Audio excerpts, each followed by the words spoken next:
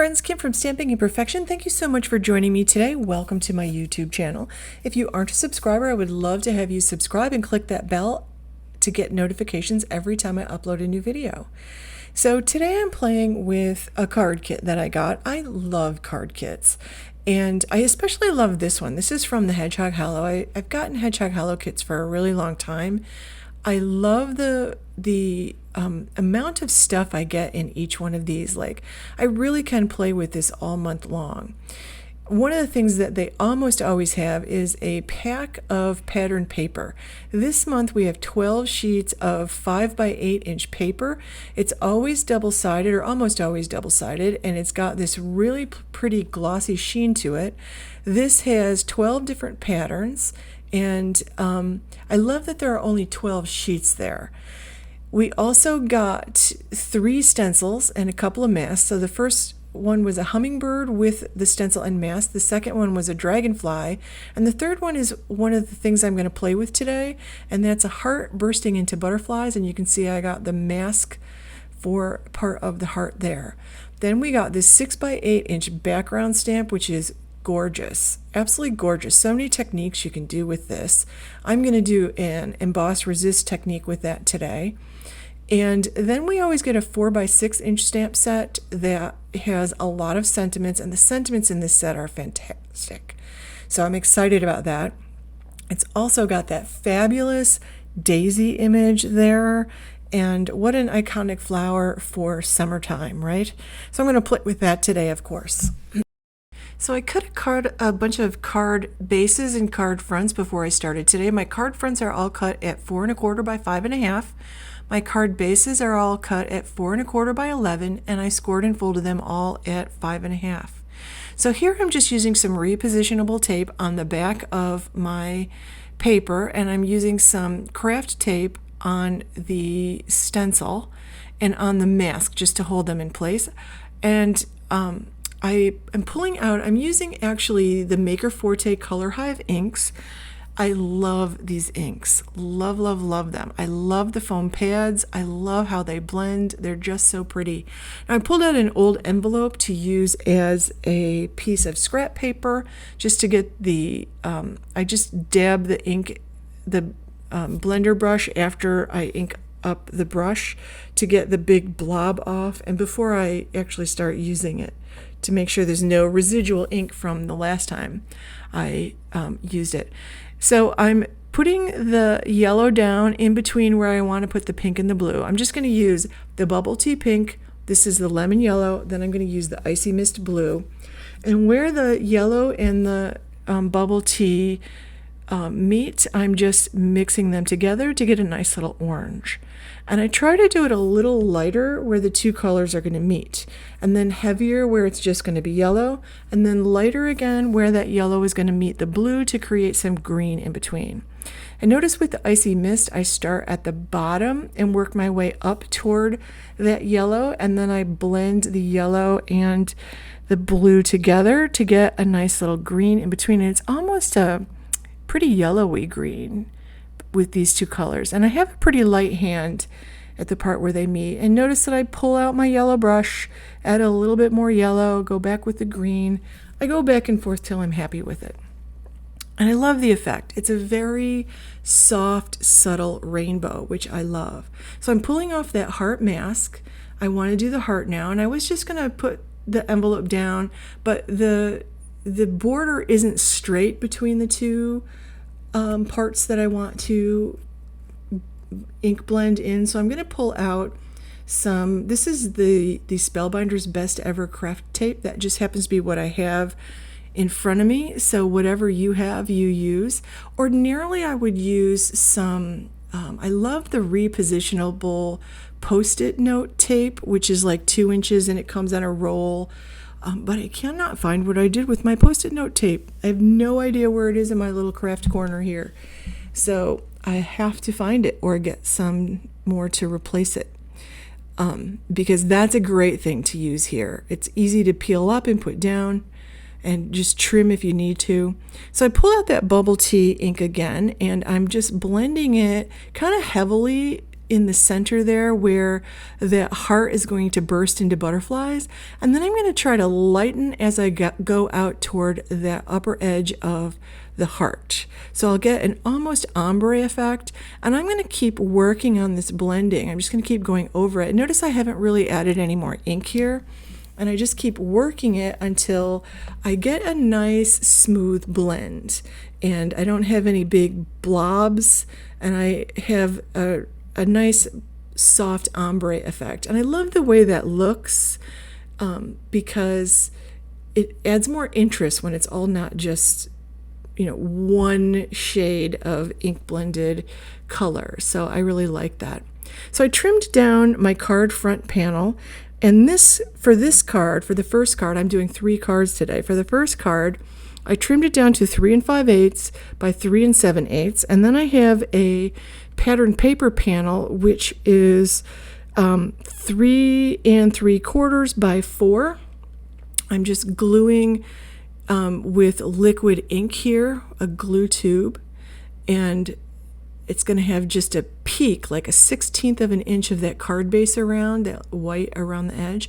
And I wanted to add just a little bit of contrast between the card front here and that patterned paper. So I pulled out my icy mist, and I'm just dabbing the edge of that. You don't want to pull it along that foam pad, because you can actually slice your foam pad if you take that paper and pull it on the edge like that. So you want to dab it. Notice I was dabbing. You definitely don't want to pull, because you can slice your foam ink pads. The felt pads, it won't hurt at all, but you want to be careful with the foam ones. And I'm putting this card front down with a little bit of glue, and then I'm going to put this aside, and I'll add I'll go ahead and I went ahead and stamped all of the sentiments on the second stamp set and die cut them out with a sentiment die. And here you can see I just added one of them that says "Hi Friend" with a little bit of the extra pattern paper, and I added some crown jewel gems, and that completed the card. For my second card, I want to use this beautiful background stamp. Lots of techniques you can do with this. I want to do emboss resist. I'm in the mood for rainbows lately. I don't know why. And I'm just going to play with the same 3 ink colors. I'm going to play with Icy Mist, Lemon Yellow, and Bubble Tea Pink. I just really like that combination. So I'm again using repositionable tape to hold my paper to my Misty, and I'm really placing it where it was really hard to decide what part of this stamp do I want to capture here. So for this one, I'm going to stamp this in my clear embossing ink. I have a brand new clear embossing ink here from Maker Forte, and it looks, every time I get a new clear embossing ink pad, which is usually few and far between, like they last forever, I have to say it's so weird to see it so clean. And I'm just inking this up, and then I'm going to go ahead and stamp it with my Misty. And I'm going to use white embossing powder on this. And I have a giant plastic tub of white embossing powder. I got a whole bunch of white embossing powder on clearance a few years ago, and saved me a bunch of money, I might add. Put it in a big plastic tub, and I use my white embossing powder a lot more because I have it in that big tub. It's so convenient. So I'm just making sure I've got all the parts here. I'm peeling it off my Misty background, and then I'll dunk it in the tub and make sure the whole thing is covered. And now, like if you go to like Wow embossing powder, they will tell you not to put it in a tub like this. And I don't have, well, I have a couple of my other ones in smaller tubs, but the white one, I really am happy I did that just because it's so much more convenient to use. Like it's much less messy. So I went ahead and heat set this, and then I took out my same blending brushes, and the same 3 ink colors. So here's the bubble tea. I'm doing it darker on the edge and a little lighter where I know it's going to meet the yellow. And then I'll blend the yellow into the pink and get a little bit of orange. And notice that I'm doing this at a diagonal. And here I start the diagonal wrong. Nope, I'm going the other way. This is when I realize that. No worries, because the yellow needs to be the widest band because it's going to overlap the pink in one direction and the blue in the other direction. So I'll just blend it out that way now. And again, you keep blending until you get the colors the way you want. So I blend it lightly over the pink until I get the shade of orange that I want. And I love the subtleness of these 3 colors that I picked. I specifically picked them because I wanted it to be a soft, subtle rainbow effect today. Some days you want bold. And notice I'm pulling that pink brush back out and just blending back over it. And then I'll do it again with the yellow. And then I'll pull out the blue and I'll start from the bottom. And I like using my biggest brushes for blending these big background stamps. I don't want to be here all day doing that. So I like the big brushes. They're also really comfortable in my hand. Notice how I'm holding it. My fingers are really holding that big brush end. And for me, that's the most comfortable way to do it, to do the blending. So I'm going to again take that yellow brush and go back over where the blue and the green, or the blue and the yellow meet, and then I'll give it one more sweep with the blue brush, and then I'm going to go ahead and trim that down. Now this one I trimmed down to 4 by 5 1/4. My pattern paper was 4 1/8 by 5 3/8. I did the same thing with the sentiment with some of the leftover pattern paper that I had, and then I added 5 crown jewel gems, and that completes that card. So I'm going to move on to my last card, and my last card is one of my favorite layouts. Isn't that pretty? I love the way that turned out. So subtle. So I really want to use this daisy. Daisies are my favorite flower. I feel like they're the iconic flower images of the summer because so many flowers look like that.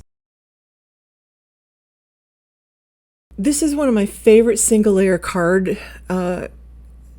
techniques. And notice that I have a clear block. I used a piece of washi tape to give myself a nice straight border edge there. I used the lemon yellow in the middle. I'm using the pink, the bubble tea, and the icy mist here, and I'm giving it 2 squirts on that whole giant block. And then I'm just pressing it, and I don't go over the washi tape because I want a nice straight edge there. I don't care that it looks blotchy. I love it. It's sort of a watercolor effect, and it's just interesting. It looks different. Like I will never be able to reproduce that again and make it look exactly like this. I love that. Whoever gets this will be getting a really unique card. This is one of my favorite things to do in the fall with fall colors. And can I just say that Grand Canyon and the Leicester Red, so pretty together. With any one of the yellows, the English mustard yellow is my favorite combination. So I hit that with my heat tool. I added a clear block on top to make sure that it was like nice and flat. And then I put it in my Misty, and I'm adding that beautiful daisy image and one of the sentiments, bloom where you're planted, I think I used. And I want that daisy image to be partially on the color, partially off the color. There's lots of different ways you can do this. You could do this with your re-inkers and spritz them or rub them around with a paintbrush. You can use it. I especially like to use ink cubes if I have them. This is a great way to use ink cubes that you don't care if you get ink transfer from one to the other. I was careful not to overlap my ink so I didn't get ink transfer from one to the other. Now I'm using my black ink. You could do this in black heat embossing, and I'm doing the sentiment at the same time I'm doing the image. Simple 1-layer card, such a pretty, clean and simple card. And I'm just going to stamp it one more time to make sure it's nice and crisp and clear. And that is that for that card front. So I'll just trim that down and add it to my card base. And I will put a pattern paper layer. So I trimmed this down to 3/4 by 5 inches. The pattern paper is 4 by 5 1/4. I felt like it needed one more thing, so I just pulled out a journaling pen and added just a line around the edge, not trying to be careful or straight or anything. I love the way that always looks. And I added that to the card base with some liquid glue. I'm going to add some crown jewel gems. I'm going to put links to all of the products that I used below today, and the tools and things like that. And by the way, that is a new tonic, it's like a metal mat. It came with 2 super strong magnets. I'm trying that out to see if I like it. It's a good size, I think. It's a good size for me it's a good size for my desk. I don't have a lot of space on my craft desk to craft. That's about the space I have to actually create in. So I actually kind of like the size of that. So I'm adding some liquid glue to put the crown jewel gems down. And of course, I will use my magic wand there. And you can see that yellow background or pattern paper is very subtle around the edge there. I almost used the pink one. I would have used another sheet of the green if I'd had it, because I really liked the green with this color combination. And this is going to complete my card. And when you see all 3 of them together, because I use the same ink colors, it feels, and all the sentiments have the same font, and I've used the same crown jewel gems, it feels like a cohesive set. Thanks for watching, friends. Please give this video a thumbs up. Have a great day.